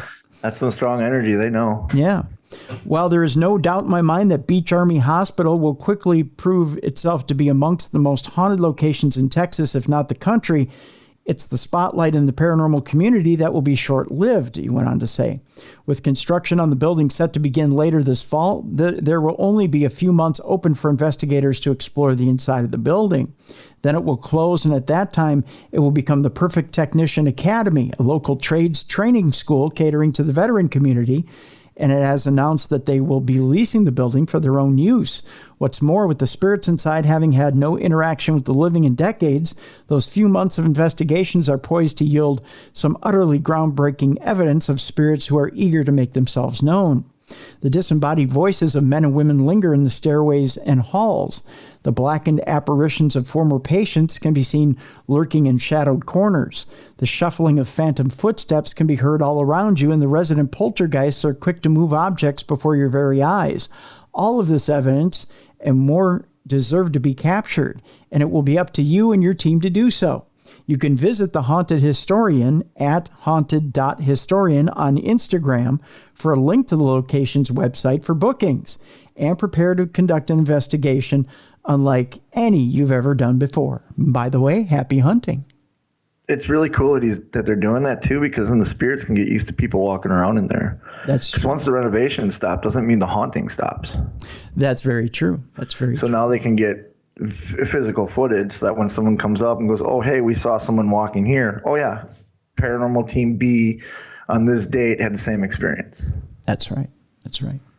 We have 2 stories left today on Supernatural News and Parashare. We want to remind you, by the way, that we're looking for your Parashare stories. So be sure to send them in, either at tim@darknessradio.com if you have a story to write out and send to us, or if you want to send you your audio stories, you can do so by going to darknessradioshow.com, our website, and by clicking that blue button on the right-hand side, you can leave us a 2-minute voice note. That's what the loop is. If you need more time, just hit that blue button again. Send us the rest of your story on another 2-minute voice note. Keep hitting that blue button until your story is finished. I will stitch them together, and we'll play it here on the show. And as Bruiser pointed out brilliantly at the beginning of the program, if you have a question to ask us, we'll do a little B&C Q&A. Anything, just hit that blue button and leave us a question. Yeah. There you go. Also on True Crime Tuesdays, we're now doing the I Knew a Murderer segment. So if you have a story of a murderer you knew, send it along to tim@darknessradio.com as well. So there you go. Yeah, we had a really good one the other day with that Mark sent in. Really good one. Yeah, we actually have gotten a few more. So all right. Yeah, we'll open those up. Those. We'll open those Love up them. next Tuesday. So there you go. Our next story. This one is just creepy, Bruiser. A wife heard a voice from the grave and found her husband alive. My biggest fear, my friend, is being put in the grave and put 6 feet under, and I'm still alive. I'm right there with you. I'm very claustrophobic. Yes, I am too. And the thought of that is just hell. Even being put in a coffin or in a, being put in a casket and having it closed, or being put in even in a freezer and having it be closed and still being alive freaks me out. I mean, I get freaked out in an MRI machine. I do too. Give me the medicine that knocks you out. Yeah, exactly. So I get probably 3-4 diazepam. I mean, I need a lot in order to knock me out. So I get that, and then I can go in the machine, and I'm pretty much I'm out of it for the entire MRI. So when I see a story like this, I freak out. I'm right there with you, buddy. We're going to China for this. It is the Guangxi province, and in an unbelievable turn of events, a man was found alive after being buried in his own grave, which threw the entire village into a frenzy. Yeah. The man's wife, who had rushed home from work to attend his funeral, was in shock. Wait, she worked on the day of his funeral? Yeah. They don't get a lot of days off in China. You know what I'm saying? It's a funeral. Yeah. The man's wife, who had rushed home from work to attend his funeral, was in shock when she believed she heard her husband's voice from underground. That's terrifying. Like you had pointed out earlier, the ground muffles a lot of sound. This man had to be screaming his vocal cords bloody. Well, think about it. Like, how many times have they opened old graves and they see scratch marks? Yeah. In the coffin. Like, I bet you if they looked at the vocal cords are probably like torn because you're yelling so loud. Right. With the help of her neighbors, they quickly dug him up and discovered that he was indeed alive, having spent some time underground in his own grave. Oh, that's terrifying. Oh, God. This incredible incident left the village in disbelief as the couple was reunited. According to local customs, the wife was to bow 3 times before her husband's burial site. But as she was completing the ceremony, she heard faint sounds coming from underground. Her son, too, was able to hear the strange sounds, and they both started to wonder if the grave was the source of these strange noises. Oh, my God. Probably a lot of cussing. Yeah, I gotta think, right? That was some not safe for work language coming out of the ground. That's right. In Chinese. In Chinese, yes. Right. So an hour later, you're just hungry again. That's right. Give you one of these. Yeah. Desperate to understand what was happening, the wife pressed her ear to the ground, calling out her husband's name. Clear as day, she heard him respond, "Let me out." And so the search for help to rescue her husband began. Astonished by this bizarre turn of events, neighbors didn't have time to dwell on questions. Instead of sprinting to the gravesite to help dig the man up, I read that with the wrong emphasis on the wrong syllable. Instead, sprinting to the gravesite to dig the man up. Once the coffin had been retrieved, the man pried open the lid without hesitation. Oh. Yeah, you probably want to get the hell out of there. To her shock and relief, her husband was indeed still alive. She quickly embraced her miraculous spouse. He probably didn't smell all that good, is my guess. Who had just escaped the clutches of death, reported Sanuk, which is the media outlet out of China. It is well known that the husband and wife who married with aid from a matchmaker were from financially struggling families. Over time, the husband suffered from a serious illness, and despite spending large amounts of money from medical treatment or on medical treatment, his health remained poor. As a result, the wife had to leave home from work, entrusting the care of her husband to his parents. On the day of the incident, the husband's mother, who had brought him food as usual, only to find him unresponsive on his bed, he was cold to the touch, and even the local village doctor declared him dead after examining his lack of pulse and breath. So mental note, don't move to this village. Exactly. This village, poor health care, and mom is unattentive. If you're a very deep sleeper, do not vacation in this village. That's right. The extraordinary revival of this man and its causes were and he's a deep sleeper, by the way. The extraordinary revival of this man and its causes were subsequently investigated at the hospital. It transpired that he had been afflicted with severe diabetes and had a blood sugar level of 38.5. Oh, geez. So he was in a coma. He was in a coma, yeah. Yeah. It was diabetic coma. Yep. Compared to the typical 5.9 level recorded in healthy individuals. That's not the case. It's an 85 in normal individuals, right? He was in a diabetic coma. If they would have given him some insulin, he would have been fine. No. Not when he's 35. Oh, no. Yeah, you want to bring it down. You're right. He needed to eat. Yeah, he needed to eat. Yeah. Having gone untreated for an extended period, his body suffered from extreme dehydration, leading to a weakened pulse that had been mistaken for his death. His sudden awakening in the coffin was likely due to a sharp lack of oxygen. Well, duh. Okay. Fortunately, the hospital was made aware of the couple's financial difficulties, and they decided to cover the cost of the husband's treatment in its entirety. Well, he did come back from the dead for it. I guess. The recovery of the husband and the outstanding support of the community stand testament to the importance of unity and sheer human determination. There you go. Oh, it's terrifying. Isn't it, though? All right, we get to our last story today, Bruiser. And speaking of parents that, at that point, that guy probably wanted to get rid of his parents, I'm guessing, because they basically had him buried. This is a story of your spouse getting rid of your parent if your parent came back as an animal. Well, if you really hate your in-laws. So I got to ask you here, Bruiser. Do you believe in reincarnation, and do you believe that possibly your parents could come back as a dog or cat? I believe in reincarnation. I don't want my parents to come back as a dog or a cat. Here's an interesting story, and this is how we're going to leave you today on Supernatural News. It says here, my cat is the reincarnation of my late dad, but my horrid husband rehomed him. Evidently, there's a bit of a miscommunication here. A woman has taken to social media to share how her husband rehomed her 2-year-old cat behind her back because he was freaked out by their close relationship. Now, I have a close relationship with my puppies, but I don't think they're my parents. Well, my parents are still alive, but I don't think they're anybody reincarnated. There you go. Would Mrs. Bruiser ever rehome Ziggy behind your back or Talia? No. She's more connected than I am to all three of them. All right. A heartbroken woman has filed for divorce after her husband rehomed her beloved cat behind her back. Okay. That's a little far. There has to be more underlying issues in this marriage than just a stupid cat. I think so, yeah. This might have just been the straw, but yeah, I think there's probably more going on. Yeah, for sure.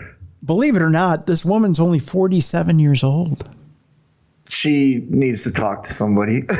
Yeah, the 47-year-old believes her cat, named Benji, is the reincarnation of her late father and has a strong bond with the animal as a result. However, her husband refuses to play into her fantasy, that's in quotes. See, when my father-in-law passed away, we got our cat Bruiser. And it kind of filled a little bit of that, what Mrs. Bruiser was, Sure. But not once did she ever think, oh, this is my dad reincarnated. She just was able to give love. Yeah. And when she grieved, she could, Bruiser filled that little void. You know what I mean? Right. Yeah. Yeah. And I think that's what's happening here is her father passed away. They got a cat.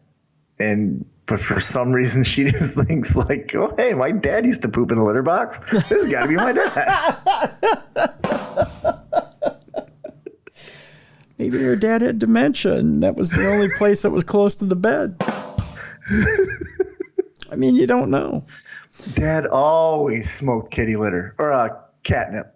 Or Dad always smoked kitty litter. Ew. Imagine the stench in that house. No, it was the catnip, the THC catnip. Yeah, exactly.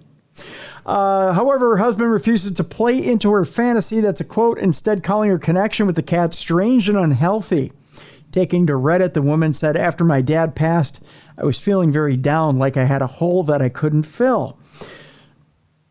That's what affairs are for. Or aliens when they come out of Uranus. Right.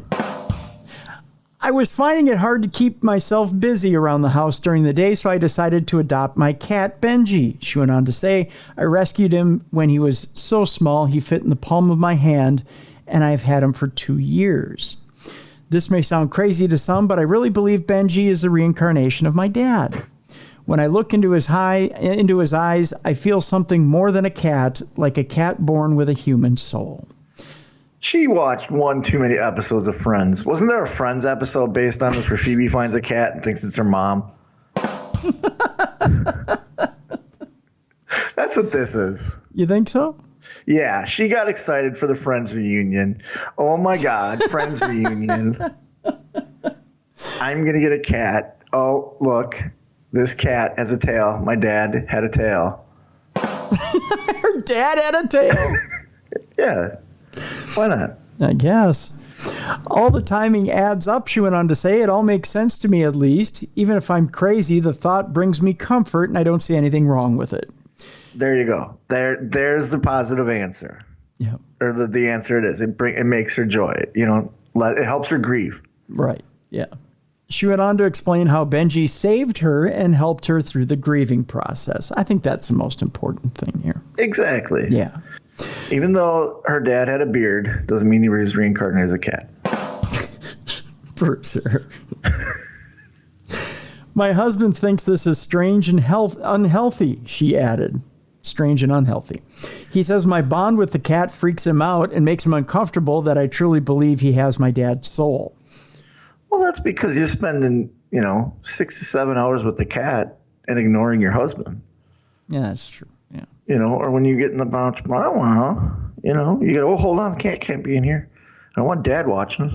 That's creepy. Maybe the cat can hold the camera, but yeah. Just like dad did. Oh, God. It's been 2 years since he died, she went on to say. Benji really saved me. He's the best companion I could have asked for. My dad was a big pussy. That's why he's a cat. Oh, no. As a pet my cat right now because he heard his name. He came running in the room. Yeah. There's nothing better than being able to cuddle up with an animal that loves you at the end of a long day, though hubby would disagree, she went on to say. That's because you have a hubby. Cuddle up with him, too. Yeah, exactly. There's room for two. Well, not according to him. While she was holidaying with her mom and sister, her husband took it upon himself to rehome her beloved cat. Oh, what a dick. He claimed he thought it would help ground her back in reality. She said, I had no idea what was going on while I was out.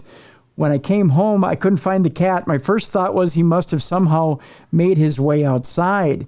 This already worried me because I would never let him out. God knows she wouldn't. He's going to be mine forever and forever and forever.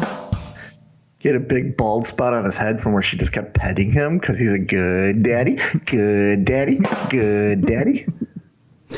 God knows what would happen to him out there, she went on to say. God knows. After my frantic search inside and on my way outside to keep searching, hubby informs me that Benji is staying with a friend, quote unquote. That's how you know it's her dad, because her dad many years ago went and stayed with a friend. It never came back. Exactly. Oh, no, God, no, that's horrible.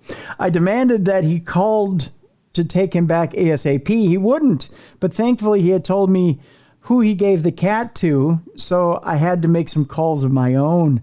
Her husband had claimed to have rehomed Benji with one of his coworkers, but when she called to ask for him back, she finally learned the truth. I reached out to the coworker's wife and explained what was going on, but promptly asked them to return Benji. She then informed me that she had no idea what I was talking about. Because the cat they have, she identifies as her mother. Oh, no. See, her mom's alive. If you're paying attention to the story, mom's still alive. No, the one he rehomed to. He's your mom just passed away? I have the perfect thing for you. Here's a cat. It's your mom. No, see, that's so wrong. Now they don't have it. No, you can't have this cat. It's my mom. See, exactly. It's not your dad. No, it's my mom. Not your mom. That's my dad. Oh, God. It's a very confused cat. At this point, I was furious with rage, she went on to say. I asked my husband what was going on. I told him I have police involved and he needs to give up the cat ASAP.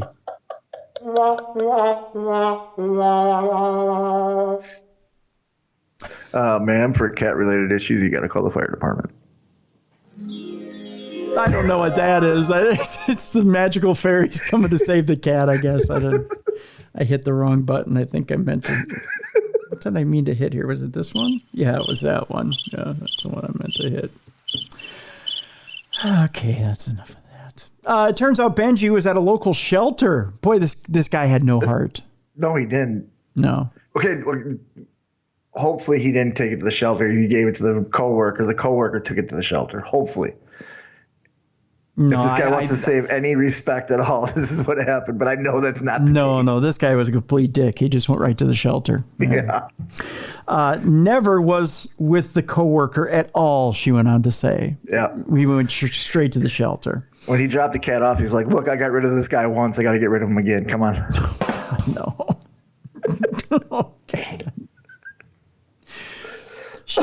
She then went to work to track down the rescue center and managed to reclaim the cat later that day. There you go. Yay. There's a happy ending after all. She said, I took him straight to my sister's house and said, here's Dad. No, I'm kidding. She didn't say that. Because then she would have been kicked out and put in a loony bin. No, because the sister went, are you sure? Because my dog's dead. Like, I'm pretty sure Dad's in the dog. Oh, no. But she said she took the cat straight to her sister's house, where I will also be staying for the time being. She says, I'm heartbroken, but also incredibly thankful my poor boy is now home safe. He was clearly stressed and confused, but he is settling in quite well at my sister's. My brother will be picking up any necessities from my house for me. I haven't been home or seen my husband since I left for the shelter. Wow, she's really mad. She is pissed. Yeah. This guy's lucky he still has a house and like clothes and just stuff. You know what? I think it's safe to say, since the guy dropped off the cat, he won't be getting any pussy from anywhere soon, anytime soon. I blew that line, but you know what I mean. I agree with you, though. No longer able to trust her husband, the woman has logged a police report against him geez. And filed for divorce. What law did he break? I don't know. Because I'm assuming, was co-owner of the cat. Mm-hmm. My family has supported me in my decisions, and they're willing to do whatever it takes to help me when I may need them, she added. What are they going to do? Kick his ass? No, they're going to send their dad over. Yeah. Commenting on her post, one user said, it's always surprising to me that people will do shit like this and never once think, this might end my relationship. Another user added, glad she's rehoming the worthless husband and keeping her cat. And everyone wants to know why they're called crazy cat ladies. Here is example A. A third user said that husband and his mate is an absolute piece of shit. What does that to someone you're apparently meant to love, not to mention getting jealous of an innocent cat? I don't know. That's the thing. Yeah. Wow. I think a counselor could have probably helped this entire situation. I'm pretty sure their issues go deeper than a cat. Yeah, I think so. Yeah. I think everybody could have learned to get along. Yep. They should have talked it out. Meanwhile, Dad's like, no, not the home, not the pen. I wanted to live with your sister anyways. That's right. I wanted to go live with your sister anyways. Now, if the cat forms a bond with the sister, is she going to get mad? Be like, well, you're doing it again. You're stealing them from me. Just like when we were kids. Yep. That's exactly what happens. And then they get in a family feud and someone's written out of the will. That's right. Which has already been executed because Dad's been dead for 2 years. Yeah, that's exactly it. See? So there you go. That's how we end Supernatural News today. With crazy cat ladies. Crazy cat ladies. Yippers. If you have a story for Supernatural News, send it along, Tim at darknessradio.com. That's the easiest way to do it. If you have a story for Parashare, Tim at darknessradio.com, or go to darknessradioshow.com, send it in audio form. Leave us an audio message that we'll play right here on the show. You've got 2 minutes to do so by clicking that blue button in the upper right-hand side. It's a touch button, by the way, so use your phone. Touch that button on the right-hand side of the website. Leave your voice note on your phone or tablet, and we will play it right here on the show. Sound like a plan? Good. Sounds good to me. There I love you go. Tomorrow, Bruiser, guess what? What do you got? One of her all-time favorites is back. Who? What are you, an owl? Who? Well, Woodsy, I'll tell you who. It's Katrina Weidman. Oh, I love her. Yep, she's going to be back tomorrow. She's going to tell us about life.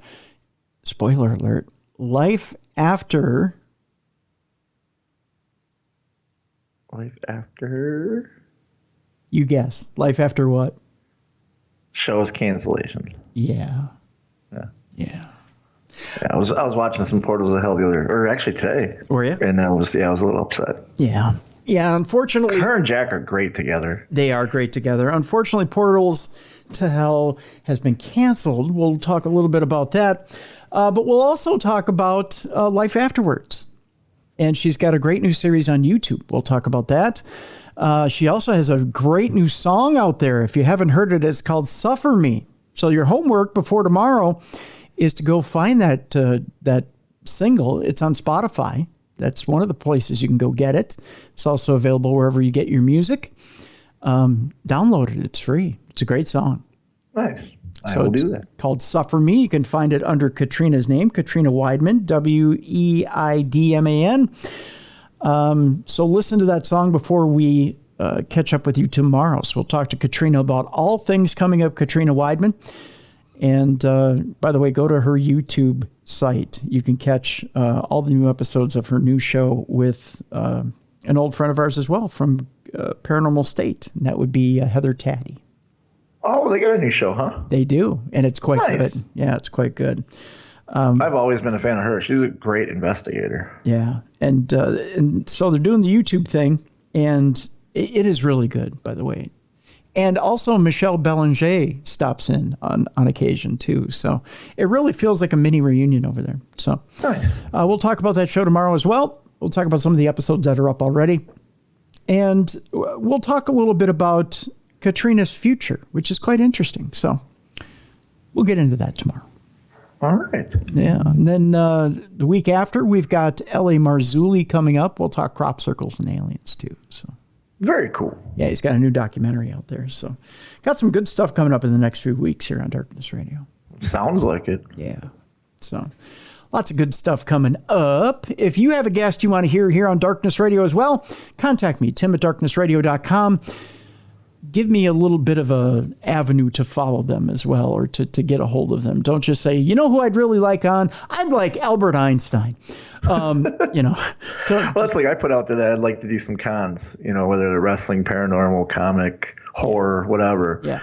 And somebody said that you and I need to go to this place. And I was like, sure. How do we get a hold of somebody? Yeah. Tell us how we can we're going to say no. Yeah. Tell us how to get a hold of somebody. Or get them and have them get in touch with us. Either way, wanting us there and us being there, two different things. Yeah, exactly. Give us a little bit of a clue as to how to get in touch with the person if you'd like to hear them on the show. There's one guest I'd really like to get a hold of. So I'm going to put this out there. Okay. Because a listener came up with a really good guest idea.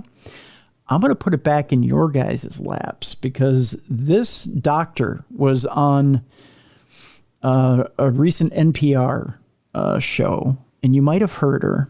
She was talking about, her name is Dr. Taya Miles. And she was talking about how the ghost hunting industry is infringing on certain, or the ghost hunting cottage industry is hurting certain,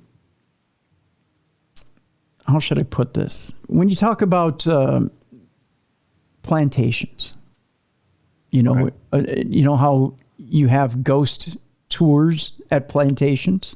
Yeah. She's talking about how, and this professor is talking about how it is infringing on the ghosts there and the slaves that are there and how it is exploiting the slave ghosts there. Okay. I find it very interesting. And I want to find out, and she's a professor of Black Studies. Her name is Dr. Taya Miles. I want to have her on the show, and I want to have a friendly conversation with her and find out from her perspective why. Yeah. Especially since a lot of paranormal investigators are trying to do what they can to reach out to spirits in a friendly way. Hopefully in a respectful way, too. Exactly, and in a respectful way. And I want to do this from an investigator standpoint. I don't want to do this from a ghost tour standpoint. I understand with ghost tours, it is a monetary thing. Right. And it is just a cottage industry, and it is making money exploiting. I get that. You're exploiting spirits for monetary gain. Right. I want to take this to an investigative standpoint and see if we really are doing good, or are we exploiting spirits for our own personal use? Someone get her in contact with the Cruiser here, please. Yeah. This is a conversation we all want to hear. So this is the conversation I want to have with Dr. Taya Miles. So I have actually tried very hard to get a hold of her over the past few weeks.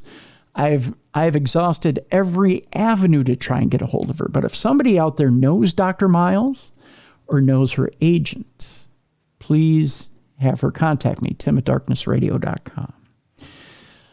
Because I want to have a friendly discussion with her, and I think we could have a good discussion. I think so too. So, yeah. So that's the one request I have this week of you guys. It's a little homework too. So that'll do it for this week. Again, tomorrow on the program, Katrina Weidman. We'll talk to her about all things Katrina. That'll be coming up tomorrow for Beer City Bruiser. I'm Tim Dennis. I'm not holding Bruiser back from promoting anything. He's... other than Bruiser, you're training students right now at AML. Tell people how they can get a hold of you if they want to get trained by one of the best. Yep, it's amlwrestling.com is their website. Click on the training button or go to their Facebook page. Sign up to come train with me. It's every Monday and Wednesday in Winston-Salem, North Carolina. I train the future. So come on out. There you go. I'm taking some time off of wrestling right now to recharge the batteries and heal the hip a little bit because we're counting down to that hip surgery, which I'm very looking forward to and starting a new chapter in my life. There you go. I'll look forward to it for you as well. Yeah. Finally be out of the extreme amount of pain I'm normally in. Yeah, that's important. That causes a lot of stress on the body and stress on the mind as well. Pain is one of those things that you have to get out of because it causes so much stress on everything. So. Yep. So. Yep. And I preach it on here. People need to make mental health a normal thing, and I'm taking my mental health seriously and taking some time off from the wrestling world and focusing more on what we do here. There you go. Just for a couple weeks. Then I'll be back on the road. There you go. Then I'll get cut on, be healthy, and just a pain in the ass to everybody. No, not at all. Not at all. So tomorrow on the program, Katrina Weidman, folks, for Beer City Bruiser, I'm Tim Dennis. Thank you so much for joining us and continuing to listen to us here on the best in paranormal programming. This has been Darkness Radio.